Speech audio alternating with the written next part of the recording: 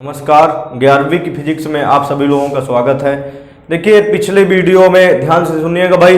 पिछले वीडियो में हम सदिश विश्लेषण के सवाल चल रहे थे, न्यूमेरिकल चल रहे थे। सदिश विश्लेषण के न्यूमेरिकल कराए थे कुछ न्यूमेरिकल, और इसमें आज की क्लास और कराएंगे भाई, समझ रहे हैं ना। और यदि आपको कुछ भी इसमें दिक्कत हो रही है, कोई भी न्यूमेरिकल्स में दिक्कत हो रही है, तो आप जो है हमसे सीधा बताएंगे भाई कि ये न्यूमेरिकल नहीं बना, इसमें दिक्कत हो रही है, उसका सोल्यूशन दिया जाएगा। देखिए, यहां से हमारे पास पहला न्यूमेरिकल है इसमें इस क्लास का। देखिए, न्यूमेरिकल क्या रखा हुआ है, दो सदिश ए वेक्टर तथा बी वेक्टर के बीच कोण ज्ञात कीजिए यदि ए वेक्टर प्लस बी वेक्टर बराबर mod A vector minus B vector हो। समझ रहे हैं ना। तो यहां से ये कंडीशन दी हुई है, यदि दिया है यदि A mod A vector plus B vector बराबर mod A vector minus B vector, तो ए और बी के बीच क्या निकालना है, हमें कोण ज्ञात करना है। तो जो दिया है उसको लेके चलिए। हमारे पास क्या दिया है भाई, हमारे पास दिया हुआ है mod A vector plus B vector बराबर mod A vector minus B vector इतना दिया हुआ है। Mod A vector plus B vector mod A vector minus B vector दिया है। तो देखिएगा, दोनों पक्षों का वर्ग करने पर, दोनों पक्षों का वर्ग करने पर, दोनों पक्षों का वर्ग करने पर, तो वर्ग कर दीजिए। तो यहां से जब हम वर्ग करेंगे दोनों पक्षों का वर्ग करने पर, इधर का वर्ग कितना हो जाएगा, mod A vector plus B vector का होल ऑफ द स्क्वायर, और इधर का वर्ग कितना हो जाएगा, mod A vector minus B vector का होल ऑफ द स्क्वायर। तो यहां से हमारे पास ये स्क्वायर बन गया। बात समझ रहे हैं ना। ये दोनों पक्षों का हमने क्या किया, ये वर्ग कर दिया। कोष्टक लगा सकते हैं, कोई दिक्कत नहीं, नहीं भी लगा सकते। तो यहां से ये इतना बन जाएगा। तो ये जो है हमारे पास क्या हो गया, होल स्क्वायर हो गया। अब देखिए, यहां से कंडीशन लगेगी, थोड़ा सा जो है ध्यान से समझिएगा। हमारे पास कंडीशन कौन सी आएगी, यहां से चूंकि किसी सदिश का उसी सदिश के साथ किसी सदिश का उसी सदिश के साथ डॉट गुणन, किसी सदिश का उसी सदिश के साथ डॉट गुणन, किसी सदिश का उसी सदिश के साथ डॉट गुणन, उसके परिमाण के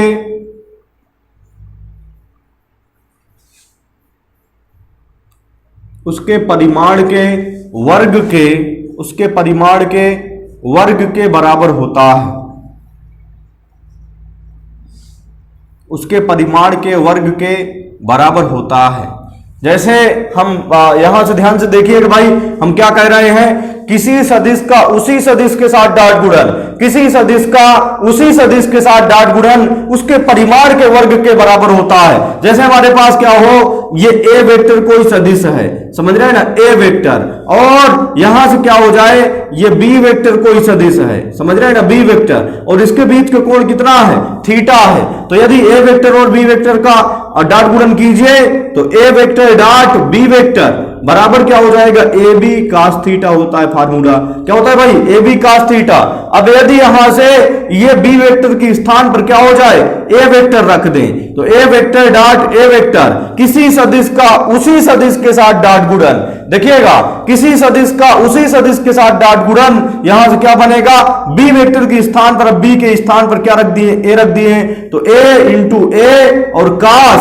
अब देखिए, ए वेक्टर और ए वेक्टर के बीच का कोण, अभी तक ए वेक्टर और बी वेक्टर के बीच कोण थीटा था, समझिएगा भाई, ए वेक्टर और बी वेक्टर के बीच कोण कितना था, थीटा था। लेकिन अब ए वेक्टर और ए वेक्टर का, समझ रहे हैं ना, इसी के बीच कोण कितना होगा, देखिए स्वयं का स्वयं के साथ, यहां पर ध्यान से देखिए भाई, यदि ये लाइन हटा दिया जाए तो देखिए यहां से ए वेक्टर और ए वेक्टर इसी लाइन पर ये कोण कितना बनेगा, कोण थीटा बराबर 0 बनता है। समझ रहे हैं, पिछली कक्षाओं में हमने इसको अच्छे से समझाया था। ये जो है, ये ए वेक्टर एक लाइन है, इसी के ऊपर हल्का सा एक और लाइन रख दिया जाए तो ए वेक्टर और ए वेक्टर के बीच कोण कितना होगा, थीटा बराबर 0 होगा। यदि थोड़ा सा भी इधर ऊपर बनती, समझ रहे हैं ना। तो ए वेक्टर और इसके बीच, इन दोनों के बीच कुछ अपकोण बनता, क्योंकि ये दोनों लाइनें एक ही है, ए वेक्टर और ए वेक्टर की कल्पना कर रहे हैं, तो इसके बीच कोण कितना होगा, थीटा बराबर क्या होगा, शून्य, तो cos शून्य हो गया। तो ए गुणे ए कितना हुआ,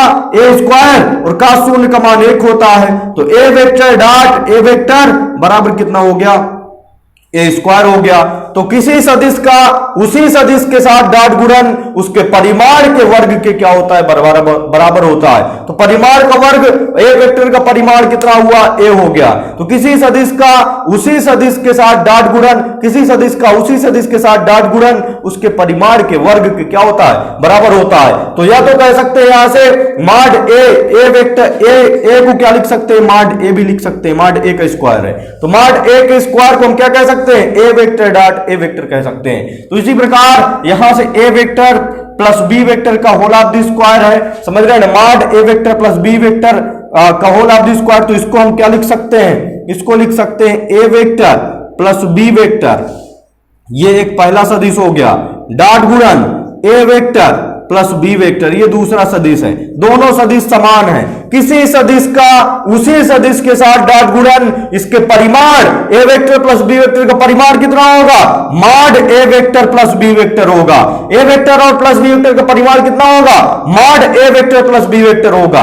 तो किसी सदिश का, ये एक सदिश है ए वेक्टर प्लस बी वेक्टर, और यही सदिश किसी सदिश का उसी सदिश के साथ, किसी सदिश का उसी सदिश के साथ डॉट गुणन इसके परिमाण के वर्ग के बराबर होता है। तो यहां से mod A vector plus B vector के होल ऑफ द स्क्वायर बराबर लिख सकते हैं A vector plus B vector dot A vector plus B vector, dot गुणन हो गया।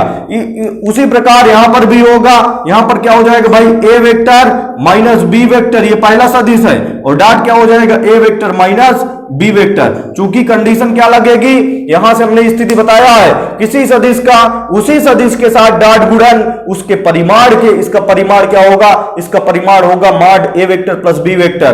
तो यहां भी वही कंडीशन, किसी सदिश का उसी सदिश के साथ, इसी सदिश के साथ यदि डॉट गुणन कराए तो इसके परिमाण के वर्ग के क्या हो जाएगा, बराबर हो जाएगा। तो ये कंडीशन हमारे पास बन गई है। अब चलिए देखते हैं यहां से तो अब इसका डॉट गुणन करा लीजिए भाई। तो यहां से ए वेक्टर का इस पूरे कोष्टक के साथ डॉट गुणन, तो ए वेक्टर का ध्यान से देखिएगा भाई, ए वेक्टर का ए वेक्टर के साथ, तो A vector dot A vector, A vector का बी वेक्टर के साथ, तो प्लस में क्या हो जाएगा, प्लस ए वेक्टर का ए वेक्टर के साथ, तो A vector dot A vector, plus A vector dot B vector, A vector dot B vector, और प्लस अब बी वेक्टर के इस पूरे कोष्टक में, तो बी वेक्टर डॉट क्या हो जाएगा, ए वेक्टर, तो यहां से B vector dot A vector और plus B vector dot B vector, तो B vector dot B vector हुआ बराबर। अभी वही क्रिया इधर भी, ए वेक्टर किस पूरे कोष्टक में, तो ए वेक्टर का ए वेक्टर के साथ, तो A vector dot A vector और माइनस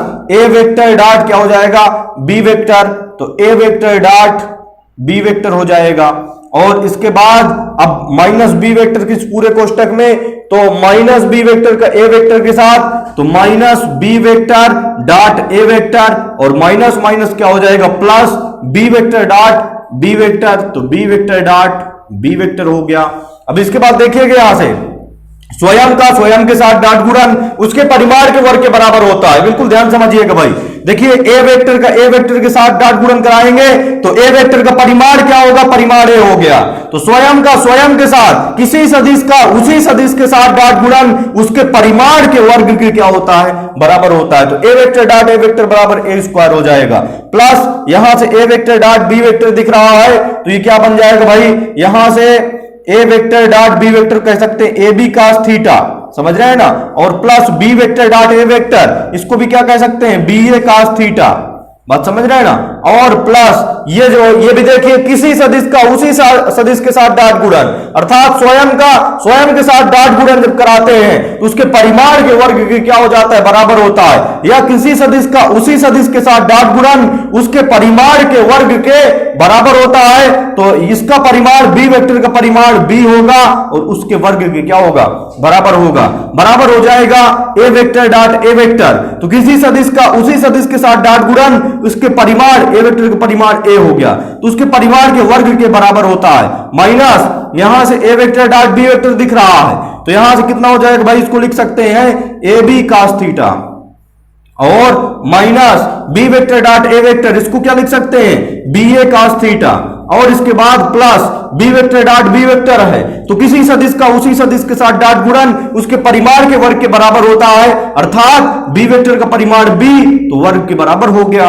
अब देखिए कुछ कैंसिल होगा क्या, यहां से बी स्क्वायर से बी स्क्वायर कैंसिल, ए स्क्वायर से ए स्क्वायर कैंसिल, जो बचा हुआ टर्म है उसको रख लीजिए, ए बी cos थीटा, ये भी गुणा में क्रम में लागू हो जाता है, ये भी ए बी cos थीटा होगा, तो ए बी cos थीटा मिला के 2ab cos थीटा हो गया, 2ab cos थीटा बराबर हो जाएगा यहां से minus A B cos theta, minus A B cos theta है, गुणा में क्रम भिन्न में क्रम बदल सकते हैं, तो minus A B cos theta, यहां भी ए बी cos थीटा है, तो माइनस 2ab cos थीटा होगा, माइनस 2ab cos थीटा। अब यहां से इसको इधर ले आइए, जब इसको हम इधर ले आएंगे तो ध्यान से देखिएगा, ध्यान से देखिए भाई, इसको इधर ले आइए तो यहां से कितना बनेगा आपका 2 जो है ए बी cos थीटा, उसी प्रकार 2ab cos थीटा, और इसको इधर ले आइए तो ये माइनस है तो किस में आ हो जाएगा भाई, प्लस में, तो प्लस 2ab cos थीटा बराबर कितना बचेगा, बराबर 0 बचा। अब इसके बाद देखिए 2 कितना हो जाएगा, 4ab cos theta, 4ab cos theta हो गया, 2 4ab cos थीटा बराबर 0 हो गया। तो अब यहां से ध्यान से देखेंगे भाई, हमें बीच का कोण निकालना था, समझ रहे हैं ना, क्या निकालना था, बीच का कोण निकालना था। तो देखिए ये 4ab क्या है भाई, गुणे में है, इसको इधर ले जाइए, ये देखिए 4ab गुणे क्या दिख रहा है, cos थीटा दिख रहा है, तो 4ab गुणे में इसको इधर ले जाइए, तो cos थीटा बराबर कितना बचा, 0 बटे 4ab। तो जब 0 में किसी संख्या का भाग कराते हैं, समझ रहे हैं, तो उसका मान कितना होता है 0, तो यहां से cos थीटा बराबर कितना हो गया, cos थीटा बराबर 0, तो cos थीटा बराबर 0 में कितने अंश का जो है, cos में कितने अंश का मान 0 होता है, तो cos में 90 अंश का, तो cos 90 कह सकते हैं, cos 90 का मान 0 होता है, या 0 के स्थान पर cos 90 रख लिया, cos से cos कैंसिल हो गया, या कितना बना, थीटा बराबर कितना हो गया, अब थीटा बराबर 90 अंश हो गया। तो दोनों के बीच कोण कितना हो गया, ए और बी के बीच कोण कितना आ गया भाई, 90 अंश हो गया। तो यहां से ये सवाल जो है, इस टाइप के सवाल भाई परीक्षा में आ जाते हैं, तो इस तरह के सवाल एक आध और देखेंगे, इसके बाद ये सदिश विश्लेषण का काम खत्म होगा, फिर प्रक्षेप गति शुरू करेंगे। तो देखिए दूसरा नंबर क्वेश्चन है हमारे पास, दूसरा नंबर क्वेश्चन ध्यान देंगे भाई, दूसरा नंबर क्वेश्चन रखा है, समान परिमाण की 2 सदिश राशियां परस्पर लंबवत हैं, समान परिमाण की 2 सदिश राशियां परस्पर लंबवत हैं। तो यहां से समान परिमाण की 2 सदिश राशियां कहलाता है, तो यहां से मान लेंगे, सबसे पहले जो दिया उसको मान के चलेंगे, समझ रहे हैं ना, समान परिमाण की 2 सदिश राशियां, 2 सदिश राशियां हैं जिनके परिमाण क्या है, समान है। क्वेश्चन में दिया हुआ है 2 सदिश राशियां हैं जिनके परिमाण समान है और वो परस्पर क्या है, लंबवत है। यहां से 3 कंडीशन दिया है, तो यहां से मान लेंगे, माना कि 2 सदिश राशियां, माना कि 2 सदिश राशियां, माना कि 2 सदिश राशियां, 2 सदिश राशियां ए वेक्टर व बी वेक्टर हैं, माना कि 2 सदिश राशियां ए वेक्टर व बी वेक्टर हैं, तब प्रश्नानुसार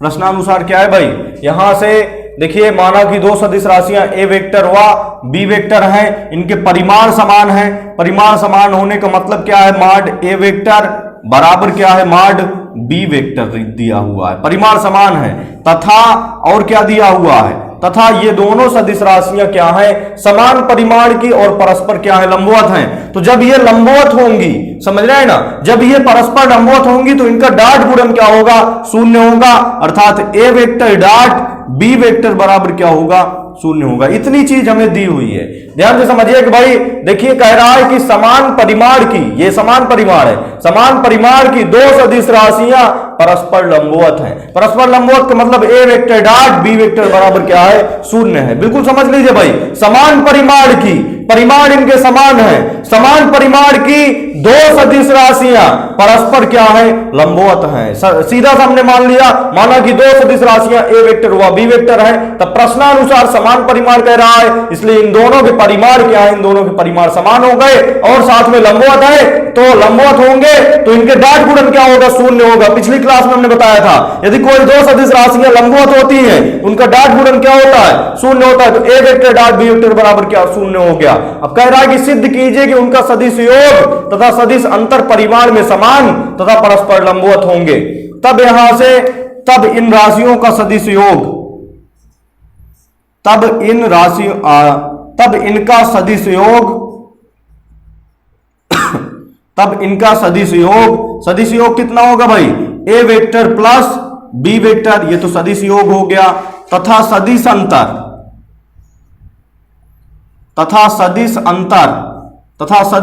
कितना होगा भाई, सदिश अंतर ए वेक्टर माइनस बी वेक्टर।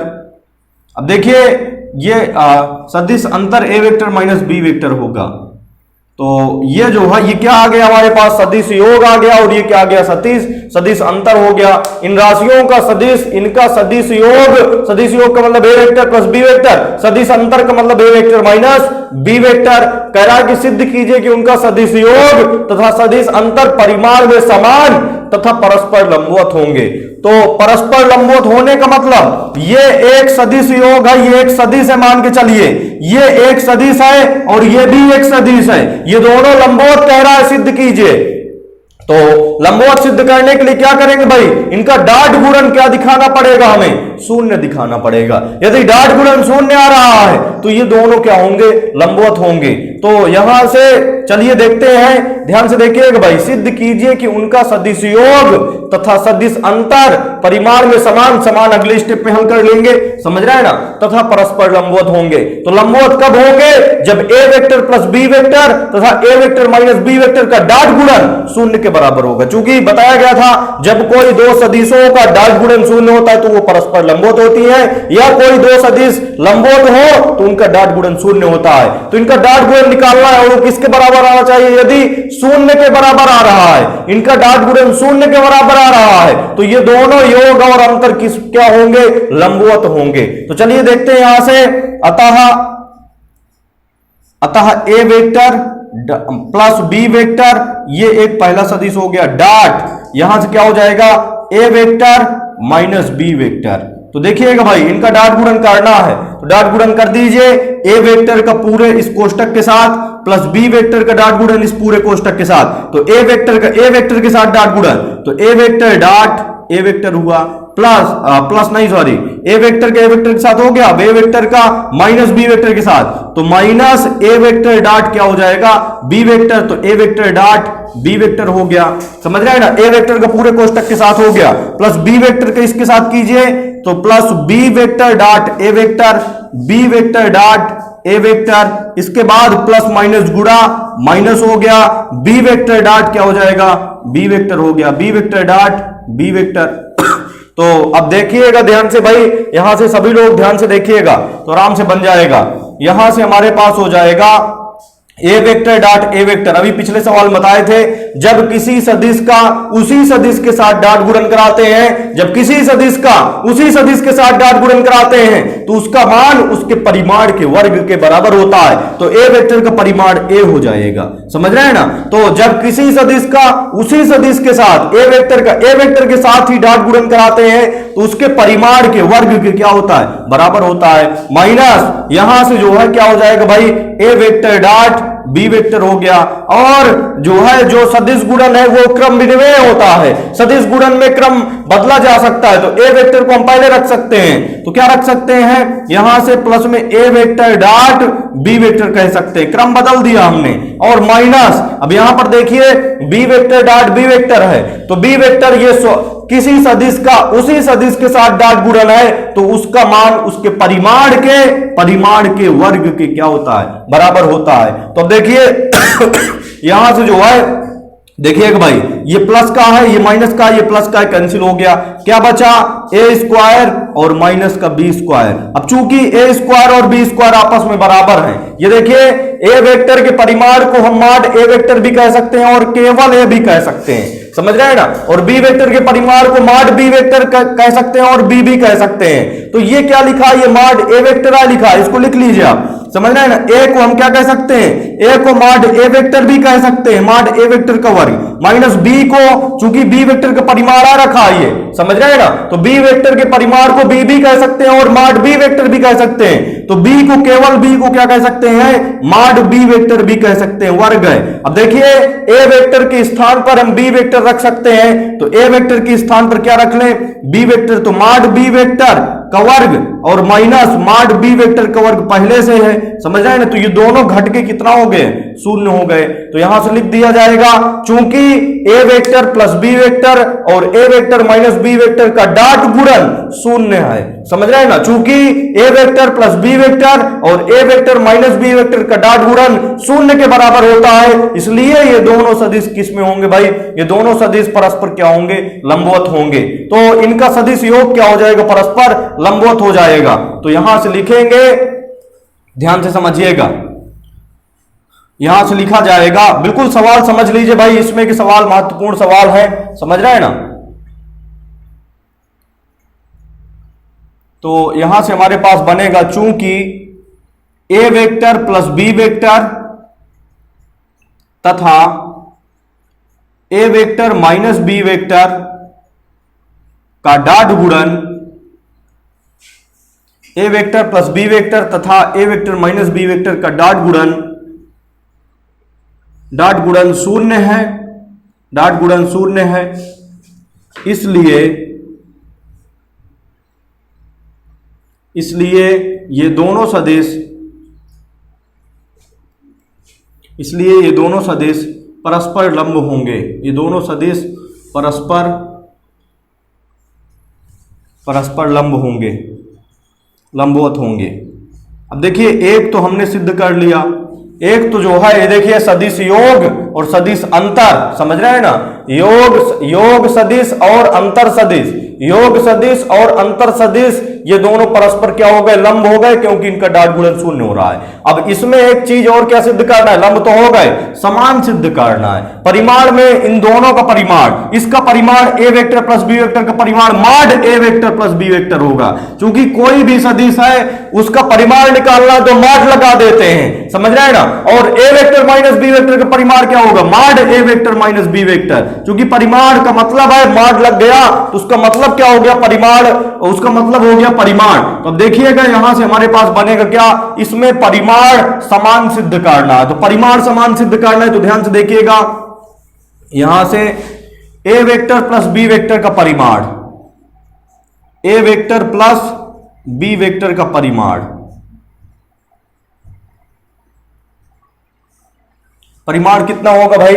परिमाण ध्यान से देखिएगा, परिमाण होगा हमारे पास मॉड के अंदर ए वेक्टर प्लस बी वेक्टर है, बात समझ रहे हैं ना। यहां से हमारे पास परिमाण कितना है? Mod A vector plus B vector रखा हुआ है। तो यदि इसका जो है हम वर्ग कर दें, समझ रहे हैं ना, परिमाण का वर्ग करने पर, तो यहां से जो है परिमाण हमारे पास इतना है, परिमाण का वर्ग करने पर, परिमाण का वर्ग करने पर, तो परिमाण का वर्ग कर दीजिए, तो यहां से क्या बनेगा? Mod A vector plus B vector का होल ऑफ द स्क्वायर बनेगा, mod A vector plus B vector square. तो हमने बताया था, यदि जो है यहां से ध्यान से देखिएगा भाई, ए वेक्टर प्लस बी वेक्टर ये एक सदिश है, इस सदिश का इसी सदिश के साथ डॉट गुणन करवाएं, समझ रहे हैं ना, ए वेक्टर प्लस बी वेक्टर। यदि इस सदिश का, ध्यान से देखेंगे तो बन जाएगा आराम से क्वेश्चन, यदि इस सदिश का इसी सदिश के साथ डॉट गुणन करवाया जाए तो इसका मान इसके परिमाण के वर्ग के बराबर होता है। ये देखिए इसका परिमाण ए वेक्टर प्लस बी वेक्टर का स्क्वायर है, समझ रहे हैं ना। तो यहां से देखिए, यहां से हमारे पास कंडीशन क्या बनेगी? जब किसी सदिश का उसी सदिश के साथ डॉट गुणन करवाया जाता है जब किसी सदिश का उसी सदिश के साथ डॉट गुणन करवाया जाता है तो उसके परिमाण के वर्ग के क्या होता है, बराबर होता है। तो इस सदिश का इसी सदिश के साथ डॉट गुणन करवाए हैं तो इसके परिमाण के वर्ग क्या हो गया है, बराबर हो गया है। तो इसका हमने वर्ग कर दिया, इसका वर्ग कितना किया है, परिमाण का वर्ग a vector plus b vector का वर्ग हो गया है। और ये वर्ग किसके बराबर होगा, इसी सदिश का इसी सदिश के डॉट गुणन के बराबर होगा। तो अब देखिएगा यहां से हमारे पास बने कितना, a वेक्टर का पूरे इस कोष्टक में, तो a वेक्टर का a वेक्टर के साथ तो a vector dot a vector हो गया, प्लस a वेक्टर का b वेक्टर के साथ तो a vector dot b vector हो गया, प्लस b वेक्टर का a वेक्टर के साथ तो b vector dot a vector हो गया, प्लस b वेक्टर का b वेक्टर के साथ तो b vector dot b vector हो गया। तो ये हमारे पास डॉट गुणन बना। तो अब इसको हल कर लीजिए। तो देखिए जब किसी सदिश का उसी सदिश के साथ डॉट गुणन करवाते हैं तो उसके परिमाण के वर्ग के बराबर हो जाता है। तो यहां से इसका परिमाण क्या होगा, a वेक्टर का परिमाण मॉड a वेक्टर और वर्ग हो गया।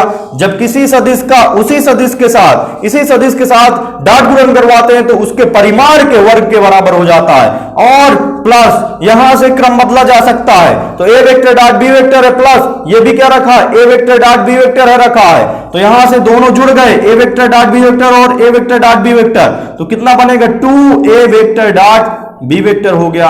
और प्लस यहां से b vector dot b vector है। तो जब किसी सदिश का उसी सदिश के साथ डॉट गुणन करवाते हैं तो उसके परिमाण के वर्ग के बराबर होता है। तो b वेक्टर का परिमाण मॉड b वेक्टर और वर्ग हो जाएगा, तो वर्ग हो गया उसी प्रकार। तो यहां से हमारे पास ध्यान से देखें तो आराम से बन जाएगा। देखिएगा यहां से कितना बनेगा।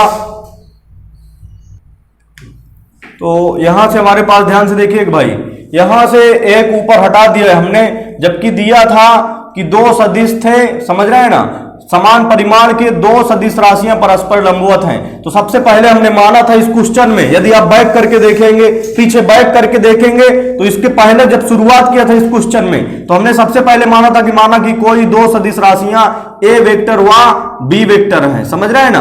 और प्रश्नानुसार इनका परिमाण आपस में बराबर था, तो परिमाण क्या हो गया था, आपस में बराबर था, समझ रहे हैं ना। दो सदिश राशियां समान परिमाण की हैं, दो सदिश राशियां समान परिमाण की और परस्पर क्या है, लंबवत है। तो लंबवत थी तो इनका a वेक्टर और b वेक्टर का डॉट गुणन क्या था, आपस में शून्य था। तो देखिएगा भाई, दो सदिश राशियां थी a वेक्टर और b वेक्टर, ये समान परिमाण की है और परस्पर क्या है, लंबवत है। लंबवत है तो इनका मतलब इनका डॉट गुणन क्या होगा, शून्य होगा। तो देखिए a vector dot b vector का मान तो शून्य दिया है, समझ रहे हैं ना। तो यहां से मॉड a वेक्टर का square plus 2 into a vector dot b vector बराबर कितना है, शून्य, और प्लस मॉड b वेक्टर का स्क्वायर हो गया।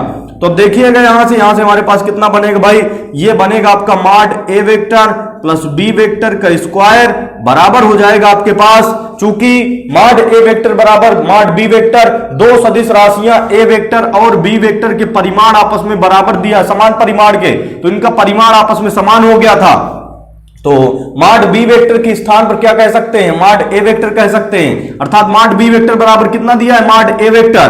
तो मॉड b वेक्टर के स्थान पर मॉड a वेक्टर रख दीजिए। तो यहां से मॉड a वेक्टर का स्क्वायर पहले से है, प्लस यहां से हमारे पास मॉड b वेक्टर के स्थान पर क्या रख दिया हमने, मॉड a वेक्टर रख दिया, b वेक्टर के स्थान पर क्या रख दिया, a वेक्टर रख दिया, चूंकि बराबर है और वर्ग लगा है तो वर्ग लगा दिया। अब देखिए दोनों जुड़ जाएंगे तो 2 मॉड a वेक्टर का वर्ग हो गया।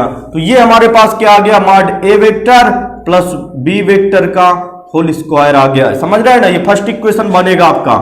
तो अब इसके बाद देखिए इसी प्रकार, ध्यान से देखिएगा भाई,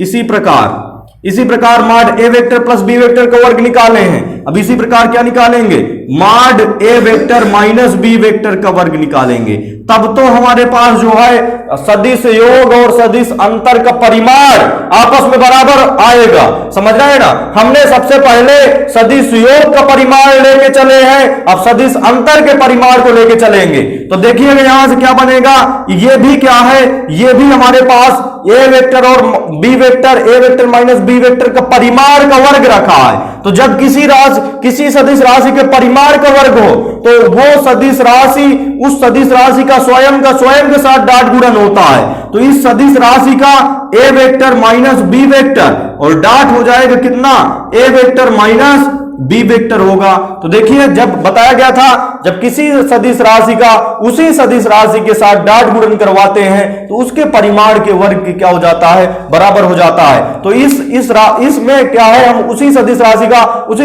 के साथ डॉट गुणन करवाए तो इसके परिमाण का वर्ग हो गया। यह कह सकते हैं mod A vector minus B vector बराबर हो स्क्वायर बराबर क्या हो जाएगा, A vector minus B vector dot क्या हो जाएगा, A vector minus B vector. या इन दोनों का गुणा यहां स्क्वायर लगा सकते हैं। यदि आपको इतना नहीं समझ में आ रहा तो इन दोनों का गुणा क्या कर सकते हैं, स्क्वायर लगा सकते हैं। अब इसके बाद यहां से इनका डॉट गुणन करा दो ए वेक्टर का पूरे इस कोष्टक में, तो ए वेक्टर डॉट क्या हो जाएगा, A vector dot A vector minus A vector dot क्या हो जाएगा, बी वेक्टर हो गया।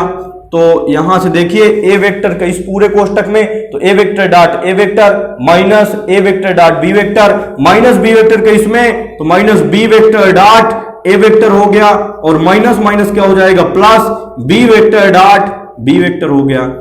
तो अब देखिए ए का जो है ये क्या रखा हुआ है, ए वेक्टर के साथ डॉट गुणन है। तो जब किसी सदिश राशि का उसी सदिश राशि के साथ गुणा करवाते हैं तो उसके परिमाण का वर्ग हो जाता है। तो ए वेक्टर का परिमाण मॉड ए वेक्टर का वर्ग हो गया। और यहां से minus A vector dot B vector और minus A vector dot B vector दिख रहा है, तो minus 2 A vector dot B vector हो जाएगा। और इसके बाद plus B vector dot B vector है, तो ये क्या बनेगा, मॉड का बी वेक्टर का स्क्वायर बनेगा। तो देखिएगा यहां से मॉड ए वेक्टर का स्क्वायर और माइनस 2 इंटू यहां से हमारे पास ए वेक्टर डॉट बी वेक्टर बराबर कितना दिया है, शुरू में ही दिया था 0, तो इसका मान 0 हो गया। प्लस यहां से मॉड बी वेक्टर बराबर क्या कह सकते हैं, ए वेक्टर कह सकते हैं। इसके स्थान पर ए वेक्टर रख सकते हैं, तो बी वेक्टर के स्थान पर मॉड ए वेक्टर रख लिया, वर्ग है तो वर्ग लगा दिया। अब यहां से मॉड ए वेक्टर स्क्वायर और plus mod A vector square दोनों समान राशियां जुड़ गई, तो 2 मॉड ए वेक्टर का स्क्वायर हो गया और इसका मान तो 0 ही हो गया है। तो ये किसका मान निकला है भाई, ये निकला है, आपका मान ध्यान से समझिएगा, यहां से ये निकला है ए वेक्टर माइनस बी वेक्टर का मॉड का स्क्वायर निकला। ये क्वेश्चन नंबर 2 हुआ। तो समीकरण 1 और 2 से क्या बनेगा आपका, ध्यान से देखेंगे, समीकरण 1 व 2 के दाएं पक्ष आपस में बराबर। ये देखिए समीकरण 1 का दायां पक्ष 2 मॉड ए वेक्टर का स्क्वायर है, समीकरण 2 का दायां पक्ष 2 मॉड ए वेक्टर का होल स्क्वायर है। तो ये दोनों दाएं पक्ष आपस में बराबर, इसलिए बाएं पक्ष आपस में क्या हो जाएंगे, बराबर हो जाएंगे। तो यहां से लिखेंगे समीकरण 1 व 2 से, समीकरण 1 व 2 से। तो देखिए यहां से क्या बनेगा, समीकरण 1 व 2 से, 1 व 2 से। तो समीकरण 1 और 2 से क्या बनेगा, समीकरण 1 और 2 के दाएं पक्ष आपस में बराबर है। समीकरण 1 और 2 के दाएं पक्ष आपस में बराबर है, इसलिए बाएं पक्ष आपस में क्या हो जाएंगे, बराबर हो जाएंगे। तो यहां से हमारे पास बाएं पक्ष क्या है, mod A vector plus B vector का होल स्क्वायर हो गया और इसका बायां पक्ष क्या है, mod A vector minus B vector का होल स्क्वायर है। समझ रहे हैं ना। तो समीकरण 1 और 2 के दाएं पक्ष आपस में बराबर, इसलिए बाएं पक्ष आपस में बराबर हो गए। अब दोनों पक्षों का वर्गमूल निकाल लीजिए, तो इधर का वर्गमूल वर्ग हट जाएगा। जैसे x स्क्वायर का वर्गमूल निकालते हैं तो x होता है, तो mod A vector plus B vector का स्क्वायर का वर्गमूल निकालेंगे तो क्या बनेगा, mod A vector plus B vector बनेगा। इस इधर का भी वर्गमूल निकालेंगे तो वर्ग हट जाएगा, mod A vector minus B vector हुआ। तो अतः हम कह सकते हैं क्या, अतः ये जो है ये ए वेक्टर प्लस बी वेक्टर का परिमाण mod A vector plus B vector है और ए वेक्टर माइनस बी वेक्टर का परिमाण क्या है, mod A vector minus B vector है। तो अतः यहां से अतः ए वेक्टर प्लस बी वेक्टर तथा ए वेक्टर माइनस बी वेक्टर के परिमाण समान हैं, के परिमाण समान है।